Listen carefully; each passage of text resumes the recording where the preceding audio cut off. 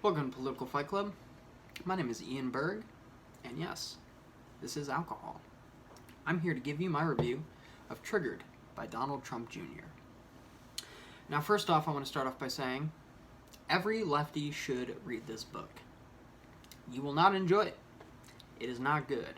I'd say half of it is Donald Trump Jr. jerking himself off and telling you how great he is, and the other half is misinformation and confirmation bias. It is a defamation piece on lefties and Democrats, and it is meant to instill fear. And I'd say that if you've seen a Tucker Carlson episode, then you pretty much read this book already. That being said, I think it's important to read because it gives you a mindset into those who support Donald Trump Jr. and those who support the Republican Party, and why it is easy to be swayed. And I'm going to get into that later. Now, this book was full of so much jumping about in different places. It went from his childhood to boarding school to, college, and not in that order. It went from him working for his father and being on his own for a little while, and how he became the everyman and everything he's good at, and then it throws in some policy and some fear-mongering. So coming up with a concise list of grievances was not easy. My pages of notes are a rambling mess that looks like it was most likely written by a schizophrenic person. But I did my best to kind of compound some things, and I am skipping over a lot. There is a lot here that I could go into, but I also wanted to make sure that I didn't combine Donald Trump and Don Jr. This book was written by Don Jr. He wasn't the one passing policies, his father was. So, if there are a lot of things in here that I could attack Donald Trump for, there certainly are, and some things I will, but that is not what I'm doing here. I'm giving you my view on this book written by Don Jr., not my review of the Donald Trump presidency. That being said, I guess it's time we jump into it. So first off, what I expected when reading this book, based on the front cover that says, if Donald Trump was never your president, don't read this book. But if you're a God-loving, red meat-eating, American-loving person, this book is for you. If you're a lefty liberal crybaby, then you should probably put it down and go find your safe space. I wanted to be offended. I wanted to cry wholeheartedly into my venti iced double caramel mocha soy latte frappuccino with extra whip and drizzle, but I didn't. I wanted to be so mad that I lost my appetite and couldn't eat my soy, bacon, organic lettuce, tomato on Veganese whole wheat. But alas, it didn't happen. Actually, I was very underwhelmed. And maybe that's because I've been in politics, so I understand a lot of the talking points that he was espousing right off the bat. It didn't really worry me too much. And it wasn't anything new. I didn't see this mindset any different. I worked in the middle of Trump country. I have a lot of conservative friends, and it's things that I've heard on a daily basis. What I think this book was getting at was more to let Donald Trump tell you how amazing he is in every aspect of human life. And that's why I was confused. Not only does he go into great deal about how he hunts, and he's great at it, and how he fly fishes, and he's great at it, how he can drive a D10 Caterpillar tractor, and he's great at it. He even mentions how he can fly planes, and he cooks with the world's best chefs, how he's your everyman, and he's wonderful. Everything he does is perfection. And then he tries to feign being humble a little bit, saying, I know I'm a kid of some rich mogul, and I shouldn't know what I'm talking about, but I do. I connect with you. I'm an American. Look at me. Look how rugged I am. How rugged and awesome and outdoorsy and rugged, and I get you. I get your Rust Belt because I went to a $60,000 a year boarding school in Pennsylvania, so I get you. And so I thought, if he's trying to sell himself this hard, then it's got to be for people that aren't supporting him. But it says right there on the cover that if you don't support him, don't buy the book. Now, I'm assuming that Triggered and putting that wanted to inflate people, wanted to get book sales. And maybe this book was just to sell books. Because I don't really believe that it's changing anybody's mind. It's not going to change your mind if you're a lefty, and it's not really going to blow you out of the water if you're a righty. And Then, as I started reading it, there is one thing that came to be very painfully clear to me, and that is fear. Fear is a huge theme in this book. And not like a fear of, oh, the world's gonna end, or, you know, oh no, we're polluting all the water sources, or, oh no, you're going to be perpetually poor because we've rigged the system, and so you'll never be able to gain generational wealth and be a success like me and everybody else. It's this strange fear where you should fear the left and fear their policies and fear the communism that they're going to bring you, but you also shouldn't be scared of them because they're tiny little weaklings and they need their safe spaces. So on one hand, it wants you to be terrified, and on the other hand, it wants you to know that you're more manly and more capable, and there's really not anything to be scared of. It's this strange cognitive dissonance and dick measuring that he has to throw himself into and just try to get any emotional response out of you that he can. And I think that's why the book was such a jumbled mess. It didn't flow well, it didn't have a good narrative. But you don't read political books for that. You read political books for information. And you read them for that confirmation bias. Well, there's plenty of that in here. First, let's talk about the glorious fact that is straw manning. Straw manning is so intense in this book that I started to even hate the people he was talking about. The Democrats and the lefties? Yeah, the ones in this book I hate. Although most of them don't actually exist. They're a straw man that he can prop up and knock down. And so, first off, he mentions the Green New Deal. It's one of the first things he mentions. Well, let me tell you about the Green New Deal. It's dead. It's dead. It was dead on arrival. It's always going to be dead. But I keep hearing righties talk about it and how dumb it is, and they use that as an excuse because they're like, oh, well, they're going to kill all the cows and we can't fly anywhere, and they're going to get rid of all the jobs. Well, I'm sorry, but the Green New Deal is not going to happen. And if it does happen, it's going to be way too late to fix anything, and it's going to be watered down to the point where it's pointless. And so bringing that up over and over again is like kicking a dead horse. Okay, you already talked about yourself ad nauseum. I don't need you to talk about the Green New Deal ad nauseum. I'm tired of hearing about it. It's done. Okay? So we can move past that. But he uses that to illustrate how out of touch the left is with every American, with everybody. They talk about cows farting. They're inept. They're so dumb. Look at the things they're focused on. They're not focused on the real problems. You know, they're not focused on stopping climate change and droughts and giant refugee crisis that's going to happen. You know, they should be focused more on, you know, making sure you can shoot up your local mosque or beat your wife or, you know, attend a neo-Nazi rally in peace, things like that. Now, I joke.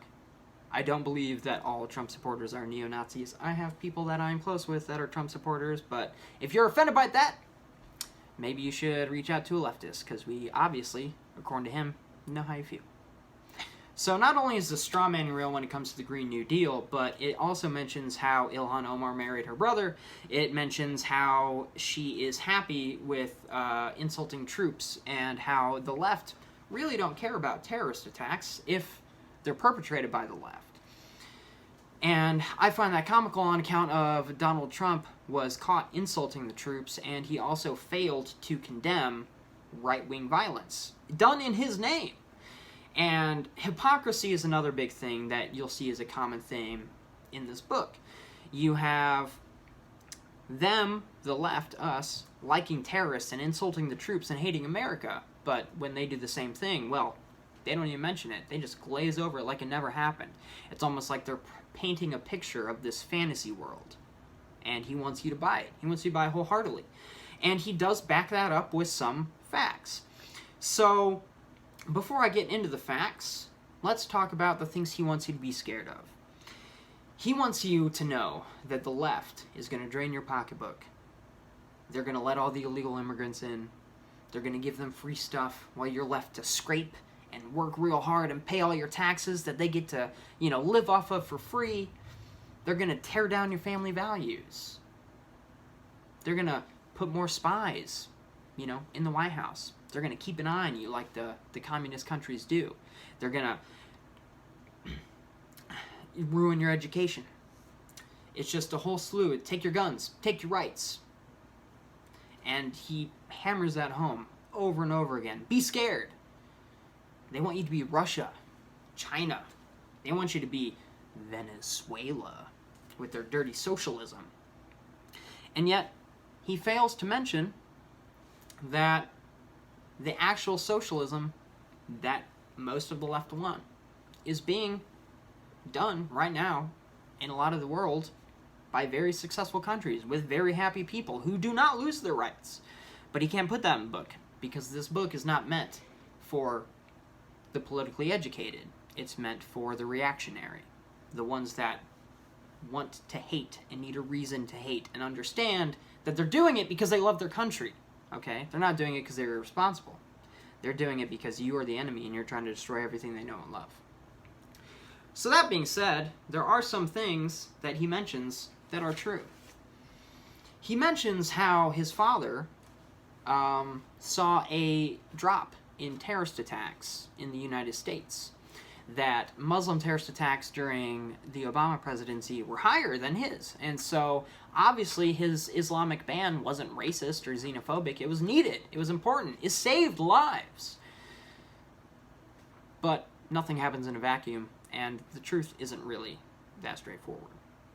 So, I have here compiled the list through Wikipedia. If you feel the need to go and check other sources and dig a little deeper, please feel free. And if I'm incorrect, let me know in the comments. I love being proved wrong, as long as you actually did your homework. Know your shit. It's one of the rules. So I did the last 4 years of Bush, the last 4 years of Obama, and Trump's 4 years. It wouldn't be fair to do all 8 of Bush and all 8 of Obama, and then 4 years of Trump, because then, of course, Trump would have less terrorist attacks. That just makes sense. So I compiled a list of left, right, Islamic, and independent. Now, I say Islamic, and that is actually a bit Islamophobic, so I take that back. We will now rename this anti-U.S., because most of these attacks didn't happen because the person was Islamic. They happened as a response to U.S. policy in Arabic countries. And so the person doing that might not have been doing it in the name of Allah. It might not have been an Islamic terrorist attack. It could have been a terrorist attack in retaliation to the killing of innocent people that we apparently love to do with our hard-earned taxpayer dollars.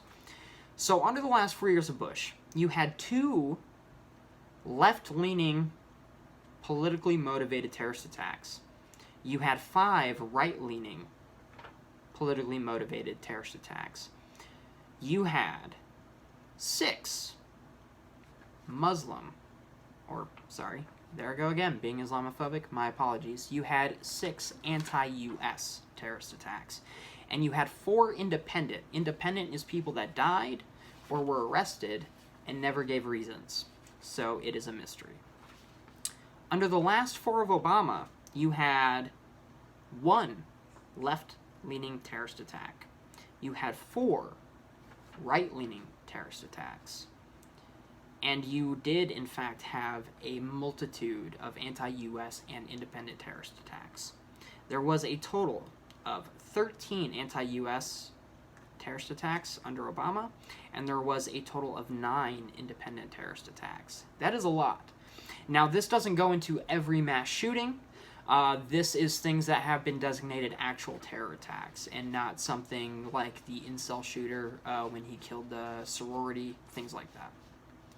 And then under Trump, you had only 2 anti-U.S. terrorist attacks. So he's not wrong. That wasn't actual truth that he put in the book. But nothing happens in a vacuum. There were 11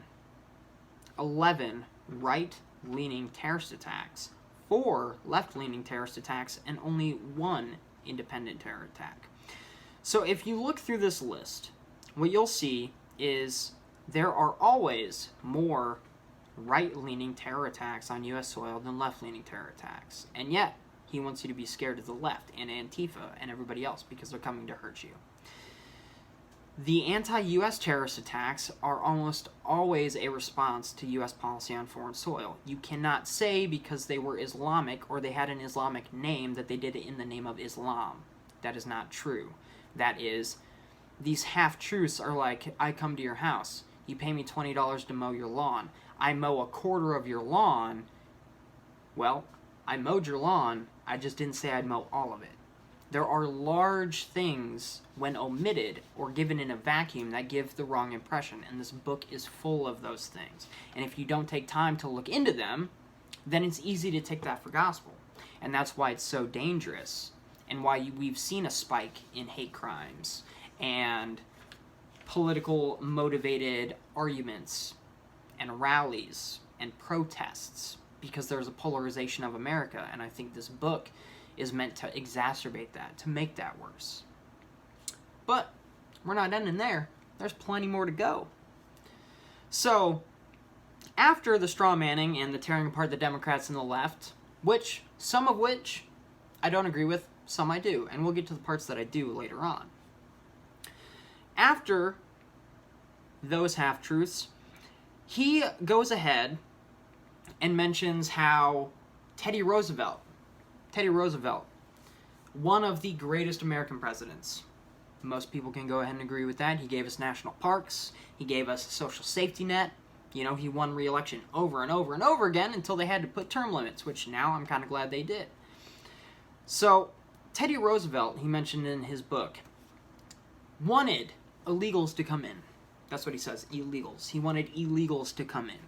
He wanted people that were needy to get into this country so they could live off the social safety net. He was playing the long game because needy families like free things, and free things are what the Democrats offer. So obviously you let them all in, they're going to keep voting Democrat. That's what he says. Teddy Roosevelt's game was to make people vote Democrat perpetually. The thing is, Teddy Roosevelt was never a Democrat. He got elected a Republican and then he formed his own party. But his whole shtick, his game, was to make it so the Democrats could be the ones that were running the country, even though he was never a Democrat? You made me read this book. You deal with me being mad.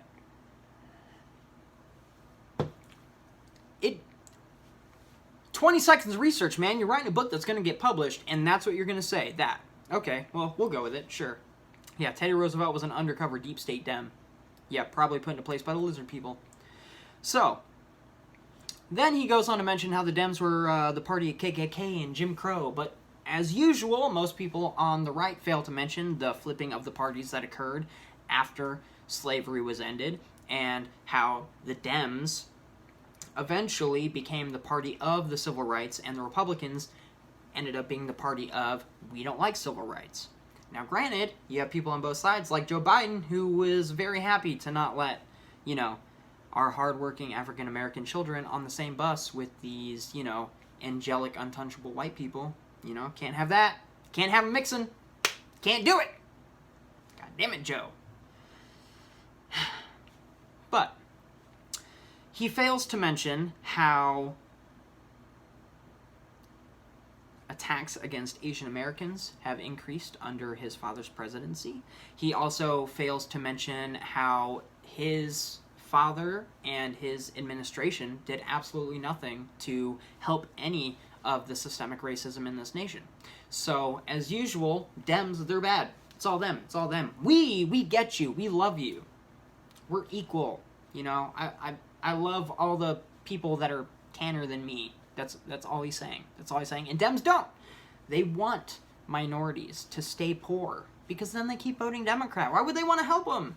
Why would they want to help them when they could just keep them perpetually broke and poor? And that's what he says. Also, a reoccurring theme in the book. Keep them broke, keep them poor, no self-reliance, no responsibility, and they'll just keep coming back and voting Democrat. Even though every study done shows that giving somebody welfare, giving somebody a UBI, increasing a minimum wage, does not prevent them from going out and earning more. In most cases, it helps them. They can go to school, they can get a better job, they have the ability to improve their situation because they have something that is helping mitigate the risk of stepping out of their comfort zone. Maybe they couldn't leave their work because they couldn't afford childcare. They couldn't go to another one. Well, guess what? You gave them a UBI, they can afford childcare, and now they get a better job with benefits, with better training that they can actually, move up the corporate ladder. And you're raising a family out of poverty. But he doesn't mention that. it's all free stuff, and free stuff is bad because, you know, he says if you give a man a fish and you teach a man to fish, he'll still probably vote for the guy that gave you the fish. And I get that mindset, but it's just not backed up by data. But he doesn't give you the data. You have to look for the data, and most people, they don't want to do that because it's confirming what they already believe. So he also likes to say how Reagan was great. My father was the best thing since Reagan. The only person to have more people at a rally was Reagan. You know, like Reagan is the god amongst Republicans. And he likes to glorify his father and Reagan in the policies and how they can communicate with the people. But he fails to mention how the disastrous deregulation in the Reagan administration led to a lot of the issues that we're seeing today with runaway corporations, with the issues on Wall Street, and that was exacerbated by Obama and Clinton as well. So if you go policy to policy, Reagan, Bush, Clinton, Obama, Trump, they're all very similar. They're very similar in foreign policy. Okay, they're even very similar on migration, and on letting people into the country. Obama built the cages on the ICE facilities. So we can go back and forth all day, but the fact is it doesn't matter if you're red or blue. Okay, it's not the side that you're on; it's the policies that you're pushing, and the policies are all the same. But he doesn't want you to see that. He wants the red versus blue mentality. He wants the left is bad, the right is good. He wants this disconnect. So there was a section in the book where they were campaigning, but they went to the Turnberry Resort to open it because the campaign was grueling. They'd go days without eating. He mentions that in the book, but, you know, we got time to go to Scotland and golf. So, you know, it's not all bad. And he was mentioning how there were people there that were Scots, and they were working. They were working men. They go outside, they're in the sun, you know, they're doing the hard work stuff. Hard work, manly, rugged stuff. The stuff that Don Jr. does. Flying planes and shooting elk and making campfires and all that other fun stuff. So those are his people. And then there were reporters. Reporters from England, you know, and London and big metropolitan areas. And so he was talking to the men. And he was wondering how they would feel about the Brexit. And most of them were like, yeah, we're for it, man. It was an awful idea to get into the European Union. And then you go talk to the reporters. The reporters were like, no, we're going to stay. Why would anybody want to leave? And he literally says the reporters would have known that opinions were different than theirs if they went and talked to real people. Real people. If you're listening to this and you're in rural America, okay, I want you to know that if you've read this book or you believe these things, people in cities work hard too. Okay? It's not like everyone in the city is just walking around and drinking, you know, like these crazy seaweed, kale smoothies with soy milk and wearing, you know, super tight jeans and eating avocado toast and just talking about how awful everybody in the country is and getting free stuff all day. Okay? Living in the city is not easy. Crime is higher in the city because there's more people. Accidents are higher in the city because there's more people. Rent is higher in the city because there's more people. There are many people working multiple jobs, hard jobs. You can't just say because somebody goes to college or because somebody lives in a metropolitan area, they're not a real person, that they have some disconnect, that their opinions matter too. Don. Their opinions are important. So you can't just say, oh, anybody who feels the way I feel is a real person. Anybody else, they don't know. They're disconnected. Well, if half the country feels one way and half the country feels the other way, well, guess what? They're both real people. Both those opinions matter. Both those opinions are important. Just because you disagree with one doesn't mean you get to vilify them. But this book does that over and over again. It vilifies them. And it doesn't make you say, oh, you know, I should go out and beat them up, or they're terrible. What it makes you do is think, if I let them pass these policies, what will happen to my way of life? It'll be destroyed. And as evident from the spike in right-leaning domestic terrorist attacks, rhetoric like this does exactly what it's intended to do. Make people scared. And when people are scared, they lash out. So, then, if that wasn't enough, he also has to make you fear the horrid, illegal immigrants coming over the border with their drugs and their rapists. Oh my God! All the studies show, all of them, okay, I mean, find one that doesn't. Prove me wrong. I'm going to keep drinking. I'll wait. All right. All the studies show that immigrants commit less crime than natural-born citizens. Why? Because they'll get kicked out if they get caught. They don't want to get kicked out. They're trying to build a life. Okay? Now, one, I believe border security is important. All right? But I also believe in the sanctity of life. I want people to come into the country legally. I do. But I also know the system for getting into the country legally is difficult. I also know that the war on drugs has completely destroyed Mexico. I also know that the CIA backed a lot of these cartels and helped them rise to power in order to get drugs to American citizens. I also know that we sanction other countries and make them this horrible mess because the government is struggling to provide for its citizens, and then when it falls and we support leaders in coups that should never have been leaders in the first place, we sit back and we say, see, it's just because there's all these drugs and they're brown people and, you know, they're not educated and they just hate us. And we can't let them in, even though we destroy them to prop ourselves up. But he doesn't mention that. He cites, truthfully, the statistics on how many people die a day from the opioid epidemic. 200 a day. That is a lot. That is a grotesque number. But he also fails to mention that the opioid epidemic was also caused not only from the CIA flooding the streets with heroin, mostly minority neighborhoods. He doesn't talk about how we've propped up cartels and overthrown countries, and the war on drugs has made it to where that's one of the only ways that they can make money. He doesn't mention how Big Pharma just prescribed as much as they could Vicodin and other opioids, which lead to dependency, which lead to getting more and more drugs, which leads to going on heroin and then overdosing and dying. It never mentions any of that. Another half-truth to make you believe that the only reason anyone's dying from heroin in this country is because illegal immigrants are strapping it to kids and tossing them over the border. Again, make you scared. Make you scared that if you don't vote for the right, your kids are going to die from heroin. Or even worse, they're going to become Marxists. Oh my God. Those dirty commie bastards.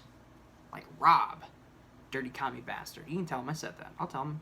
Probably going to put his kid on heroin too. According to Don Jr., that's what all lefties do. Eat avocado toast, sit in their basements. But not only do they sit in their basements, eat avocado toast, and give their kids heroin, you know, they're also vastly organized deep state terrorists. He actually mentions that in the book. He says that the left has a controlled plot to intimidate. Doesn't cite anything, doesn't say who it is, but he says it's there, and then he also goes on to espouse that we're all awful soy boy, you know, weaklings that cry too much. So what is it? Are we, you know, strong, deep cell terrorist organizations, or are we crybabies? You gotta pick one. Can't be both. And then he goes into what most conservatives I know have an issue with when it comes to the left, and that is free speech. If you go anywhere online, you'll see all the time posts about Facebook and Twitter, you know, shutting people down, and Ben Shapiro getting stormed off campus, and Alex Jones losing the fight against, you know, frog homosexuality because Facebook won't let him post a video, or, you know, anywhere. It's all over the place. The polarization is unreal. However,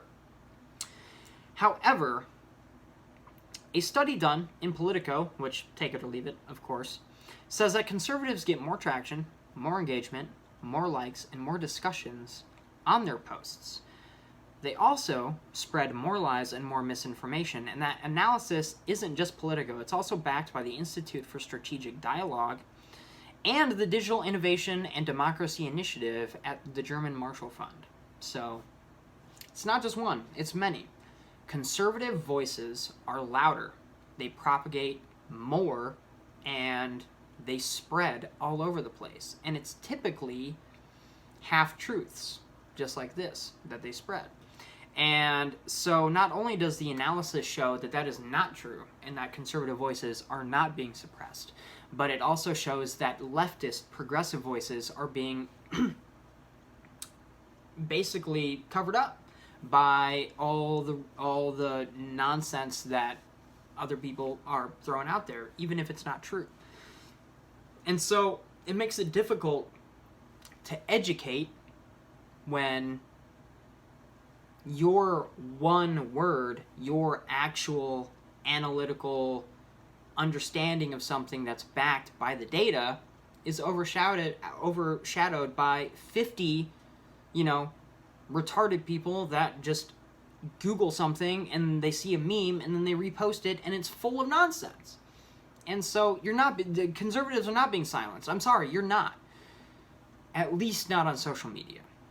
Now, this is when it gets to the point where he does make that I wholeheartedly agree with. He mentions how Democrats were for a lot of things before Trump was for them. Nancy Pelosi was for a wall. Some were for expanding ICE. And then Trump comes in and he says the same thing. And what? We love the people from other countries. Let them in. Who needs a wall? Nobody. Not us. I said it 6 months ago, but not now. Because the orange man, he wants it. And orange bad, me good. Just remember that. And it's not just that.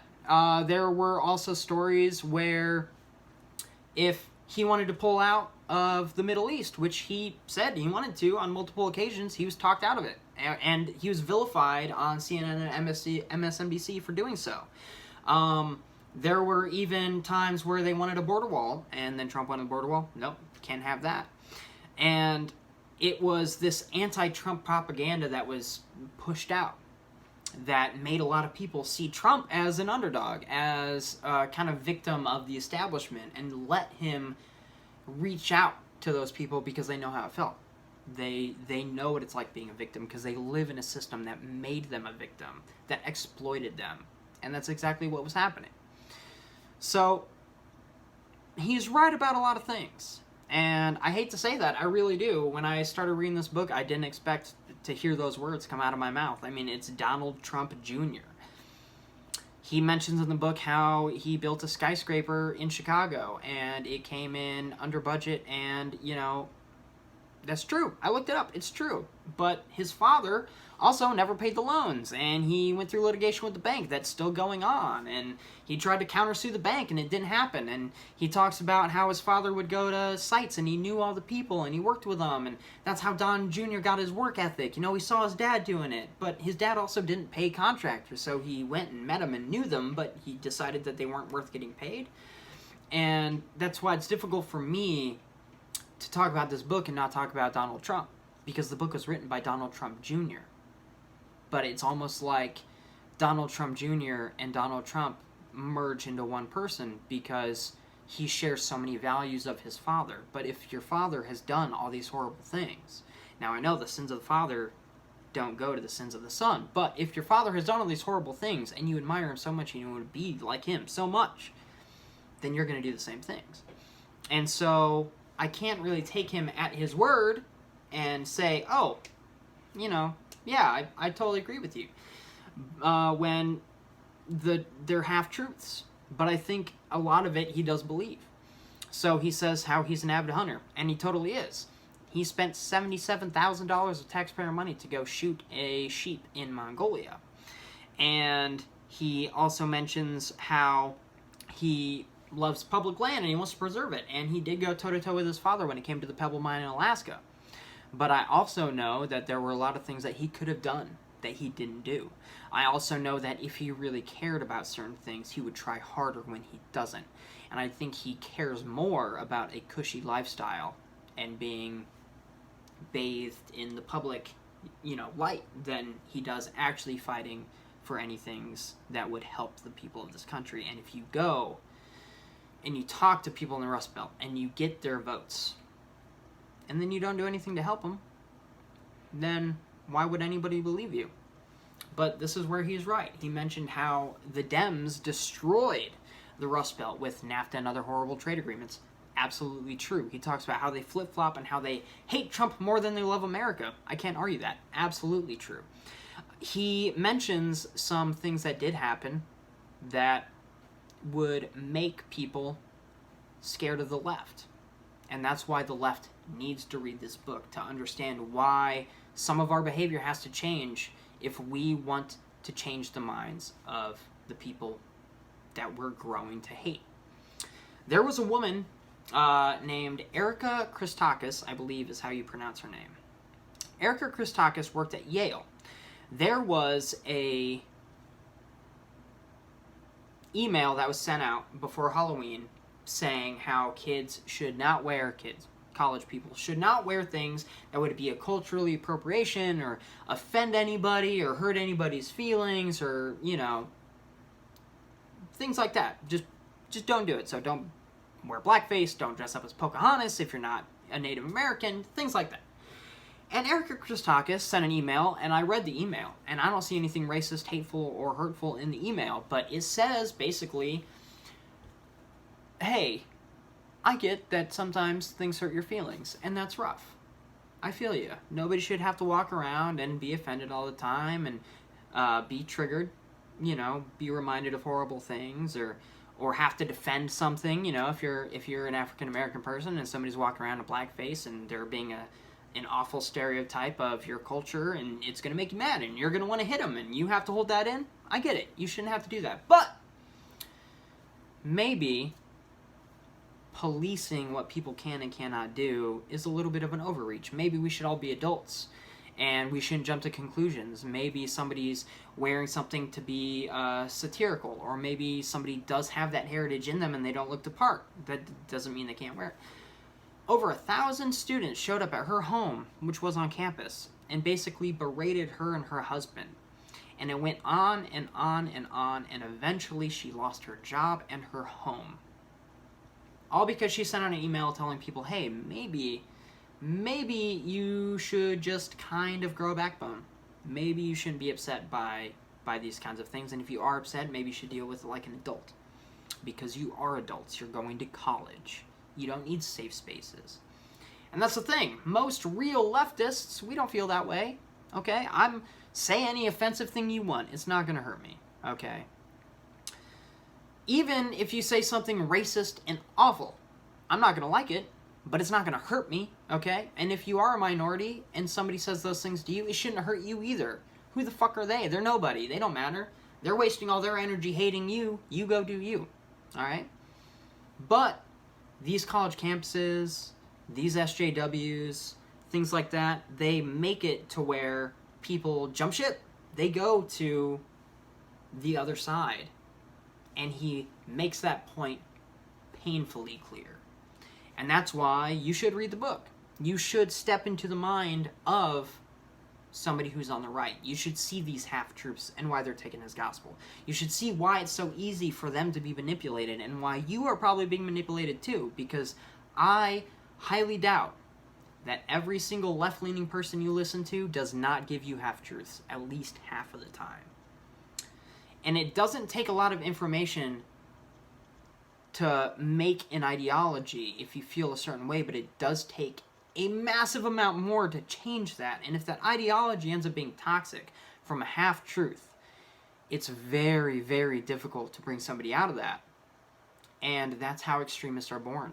That's why we're so polarized in this country, because books like Triggered and the rhetoric of Donald Trump Jr., but not just him. There are people on the left as well that make you hate other people because they have differing opinions. One of my friends, a very good friend, terrific person, he didn't vote, but he would have voted for Trump. He said it on multiple occasions. Not that he likes Trump. He knows Trump's garbage. I've asked him, I was like, do you like Trump? He goes, no, Trump's a horrible, terrible person, but I just think he's better than Biden. He's like, Biden wants to take my guns away. All these left-leaning people, they run out here and they espouse stuff, and they call me racist and awful for being, white, and I don't want to be part of that group. And I understand. I understand wholeheartedly. So I'm going to read you a piece from this book, a piece that I think is kind of important. And I did laugh. Don. You got me to laugh. So I don't know how I feel about that. Probably going to shower. but he says, still, this is page 123, second paragraph, chapter 8. Still, this is 2019. Before you go disagreeing with someone, you should know that debate and disagreement aren't what they used to be. For instance, if the person you disagree with is a member of a minority group and you're not, you're going to have to shut up. Also, if that person is a woman, you're not, you'll have to shut up. Oh, and if you make more money than the person you disagree with, you'll have to shut up. Now, most people on the left, we know, okay, that's not true. You're missing nuance, okay? You're not grasping that there are certain arguments that we're not good at making because we, if you're a white cis man, have lived a life of white cis privilege. I've never been pulled over by police because I was white, ever. But there are plenty of people that have been pulled over because they weren't. And so I can't go ahead and talk about what it's like to be a minority because I don't know what it's like to be a minority, okay? And that doesn't mean I should be silenced. They can listen to my opinion and then correct my opinion, but there are certain things that I know nothing about. I know nothing about reproductive rights. I'm not a woman. I've never had a baby. I have kids, but I didn't carry them to term. That wasn't my body growing those babies. So when it comes to the thing of abortion, I don't think I should have any sway in, in that at all. I know there's some men that believe, I mean, it does take two to make a baby, so there are some men that believe that men should have, and I think there should be a conversation, but I can't pretend to know what it's like to be a woman. I can't pretend to know what it's like to be a minority. I can't pretend to know what it's like to be a refugee from a war-torn country where U.S. drones bombed your family. And so there are times where you should shut up and you should listen. But for many, they believe that their voice is being shut out and it doesn't matter, and that upsets them. And that's why they go to the party of Donald Trump, to the Republicans. And this is illustrated on 126, same chapter. This was a op-ed piece written by a student on the staff of the Yale Daily News. Now, this is just an opinion piece in a college newspaper, but the fact that it was published and the editor let it ride says a lot about the mindset. And so that is what makes people scared. And fear being something in this book to look out for, it matters. Republicans are single-handedly destroying the Yale community. They do not offer anything substantial to our campus. They are all racist, bigoted homophobes whose mere presence serves as an unwelcome reminder that Donald J. Trump is our president.